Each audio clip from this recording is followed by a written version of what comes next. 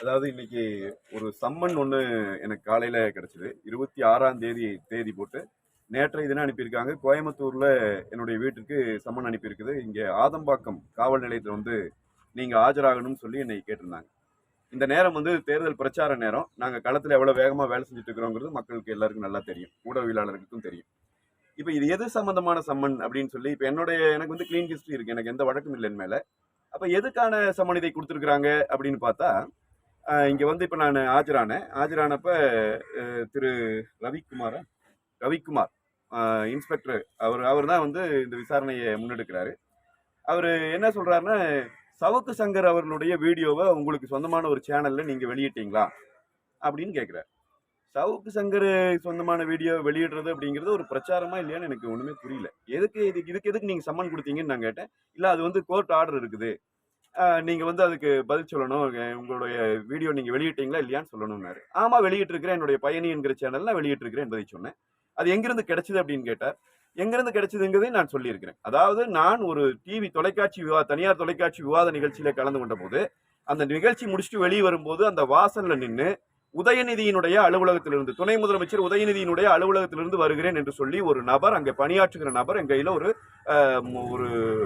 பென்டிரைவை கொடுத்தார். அதே மாதிரி கனிமொழி அவர்களினுடைய அலுவலகத்திலே நான் பணியாற்றுகிறேன், உங்ககிட்ட இதை கொடுக்க சொன்னாங்க என்று சொல்லி ஒரு பென்டிரைவ் கொடுத்தார். அதுல தான் அந்த வீடியோ இருந்து. அப்ப அந்த வீடியோ வந்து உதயநிதியினுடைய அலுவலகத்திலும் கனிமொழியினுடைய அலுவலகத்திலும் இருக்குதுன்னு சொல்லியிருக்கிறேன். மரியாதைக்குரிய ரவிக்குமார் சார் வந்து கண்டிப்பா உதயநிதிக்கும் கனிமொழிக்கும் சம்மன் கொடுத்து எல்லாம் அவங்க அலுவலகத்துல எல்லாம் வந்து ரைடு பண்ணி புடிச்சிட்டு கொண்டு வந்து சட்டத்தின் முன்னாடி நிறுத்துவாரு அப்படிங்கிற எதிர்பார்ப்பு எனக்கு இருக்கிறது. காவல்துறை கட்டாயமாக அதை செய்ய வேண்டும் சொல்றேன். எவ்வளவு கீழ்த்தரமாக தமிழ்நாட்டினுடைய காவல்துறை செயல்பட்டு கொண்டிருக்கிறது என்பதற்கு இதெல்லாம் எடுத்துக்காட்டு. நாங்க தேர்தல் பிரச்சாரம் செய்தோம். நாங்க இதைத்தான் மீண்டும் மீண்டும் சொல்றோம். தேர்தல் ஆணையம் என்ன செஞ்சுட்டு இருக்குதுங்கிறதே புரியல. இந்த காவல்துறை அதிகாரிகளை, இந்த ஆளுங்கட்சிக்கு ஆதரவாக அந்த ஆளுங்கட்சியின் கால் பிடித்து வாழ்கிற காவல்துறை அதிகாரிகளை இனியாவது மாற்ற வேண்டாமா? 5 வருஷமா இவர்களுடைய வேட்டை காட்டுக்குள்ள தமிழ்நாடு வாழ்ந்துட்டு இருக்குது. நீங்க பன்சாராவை பத்தி பேசுறாங்க, கல்புர்கி பத்தி பேசுறாங்க, கௌரி லங்கேஷ்கரை பத்தி பேசுறாங்க. இந்த பத்திரிகையாளர்களை பற்றி எல்லாம் அந்த பத்திரிகை ஊடகத்தினுடைய சுதந்திரம், கருத்துரிமைன்னு பேசுகிற இவர்கள் தமிழ்நாட்டுக்குள்ள ஒரு சாதாரணமா இந்த அரசாங்கம், இந்த ஸ்டாலின் அரசாங்கம் செய்திருக்கிற தவறுகளை, அவர்கள் செய்திருக்கிற மோசடிகளை, அவர்கள் செய்திருக்கிற துரோகங்களை, ஊழல்களை தோலுரிக்கிற அந்த வீடியோவை ஒரு பொலிட்டிக்கல் பார்ட்டியில் இருக்கிற நான் வெளியிடக்கூடாது என்று சொல்லி இவர்கள் மிரட்டுவார்கள் சொன்னா, அப்ப யாரெல்லாம் ஊடகவியலாளர்கள் மேல இவங்க எந்த அளவுக்கான மிரட்டலை கொடுப்பாங்க? இதே வழக்குல தான் அருள்மொழிவர்மன்கிற தம்பி ஆஜராயிட்டு போனார். இதே வழக்குல தான் கார்த்திக் கோபிநாத்ங்கிற ஒரு ஊடகவியலாளர் தம்பி வந்து ஆஜராயிட்டு போனார். இதே வழக்குல தான் பேசு தமிழா பேசினுடைய ராஜவேல் நாகராஜன் வந்து, இது எல்லாரும் செக்டர் எப்படி இருக்குன்னு பாருங்க. இது ஒரு தரை பட்சமா இந்த காவல்துறை நடக்குதுங்கிறது இதெல்லாம் எடுத்துக்காட்டு இல்லையா? நான் இப்ப கேட்கிறேன், உதயநிதியினுடைய அலுவலகத்திலிருந்து வந்து கொடுத்துட்டு போனாங்க நான் சொல்றேன்ல, உதயநிதி அலுவலகத்துல சர்ச் பண்ணு. இப்ப உதயநிதி நீங்க கூப்பிட்டு வாங்க, சம்மன் கொடுத்து கூப்பிட்டு வர இந்த இன்ஸ்பெக்டர் கூப்பிட்டு வர. இவரோட காக்கி சட்டை வந்து அதுக்கு பயன்படுமா? காக்கி சட்டைகள் இந்த மண்ணுல, இங்க சென்னையில குறிப்பா முழுமையாக விலை போயிருக்கிறார்கள். இவர்கள் ஆளுங்கட்சிக்கு பணியாற்றுகிறார்கள். எதிர்கட்சியிலே இன்றைக்கு நாங்கள் பேசிக் கொண்டிருக்கிறவனுடைய குரல் வலையை நெரிக்கிற வேலையை திட்டமிட்டு இந்த காவல்துறை செய்கிறது. இந்த உயர் அதிகாரிகள் உடனடியாக இடமாற்றம் செய்யப்பட வேண்டும் கோரிக்கை தான் நாங்க தேர்தல் ஆணையத்துக்கு வைக்கிறோம்.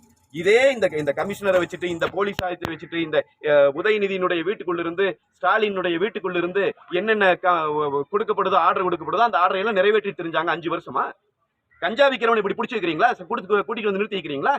தமிழ்நாட்டில் தெருவில் கஞ்சா இல்லாத தெரு இருக்கா?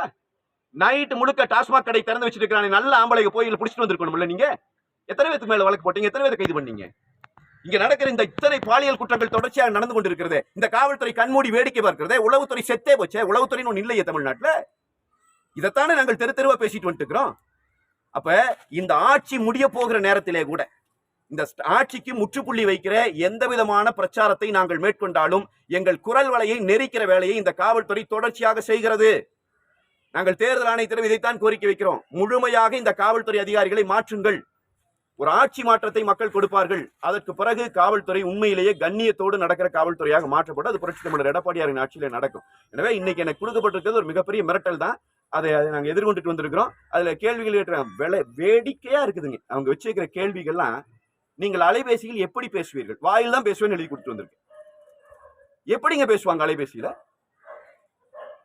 போனுன்னு இன்ஸ்பெக்டர் கேட்கிறார், உங்க போனை கொடுங்க, நான் போனே பயன்படுத்தல, நீங்க வேணா வாங்கி கொடுங்கன்னு சொன்னேன். என்ன நாங்க என்டிஏ கூட்டணியில இன்னைக்கு அதிமுக தலைமையேற்று நிற்கிற இந்த கூட்டணியில தேர்தல் பிரச்சாரத்தில் இருக்கிற ஆட்கள் நாங்க. நான் ஒரு கட்சியினுடைய அதிகாரப்பூர்வமான செய்தி தொடர்பாளர்.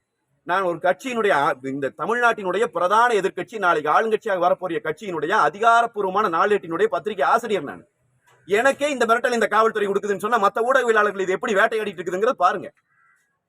அப்ப உடனடியா நான் மீண்டும் கோரிக்கை வைக்கிறேன், தேர்தல் ஆணையம் உடனடியாக நடவடிக்கை எடுத்து இந்த காவல்துறை அதிகாரிகளை முதல்ல தூக்கி அடிக்கணும். இவங்க மேல நடவடிக்கை எடுக்கணும்.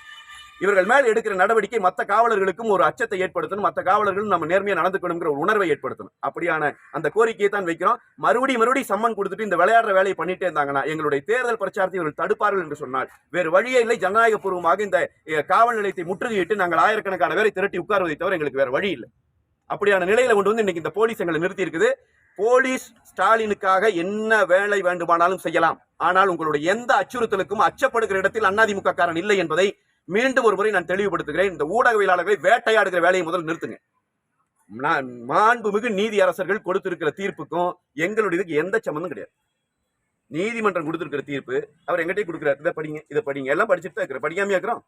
பத்திரிகை உலகத்தில் உட்காந்து நீதிபதி தீர்ப்புகளை நாங்க படிச்சு வைக்கிறோம். என்ன இருக்கு அதுல? என்ன சொல்ல வர்றீங்க? தூக்கல ஓட்டுருவீங்களா? இப்ப பிரச்சாரத்தை கெடுப்பதற்கான வேலைங்க. சுழன்று பிரச்சாரம் பண்ணிட்டு இருக்கிறோம். நான் எங்கேயோ தஞ்சாவூர்ல இருக்கிறேன், கோயம்புத்தூருக்கு சம்மன் அனுப்புற நீ, நான் எங்கிருந்து உனக்கு அடிச்சு பிடிச்சி இங்க வந்து சேரணும். இதெல்லாம் அனுப்ப வெக்கம் இருந்தா கஞ்சா வைக்கிறவன புடிங்க. இத்தனை பேர் கஞ்சா, இத்தனை பிள்ளைங்க செத்து போச்சே. காவல்துறை இங்க என்ன பண்ணிட்டு இருக்கிறீங்கிறது மக்களுக்கு தெரியாதா? சம்மன் கொடுக்குறாங்க. சம்மன் நாம நேரம் எதிர்கொண்டிருக்கிறோம். இதை நாம் நீதியரசர்கள் முன்னாடி நீதிமன்றத்துக்கு வர வேண்டிய தேவை ஏற்பட்டால் நீதிமன்றத்தில் நாம் எதிர்கொள்வோம். முகத்திரையை கிழிப்போம். இவங்களை நாங்க சும்மா விட்டுட்டு போக மாட்டோம். இந்த முகத்திரை கிழிந்து தொங்க வேண்டும். ஸ்டாலின் அரசாங்கம் எந்த அளவுக்கு காவல்துறையை தன் வீட்டு கேட் வாட்ச்மேன் மாதிரி நடத்திட்டு இருக்கிறாங்கிறத இதெல்லாம் எடுத்துக்காட்டுங்க.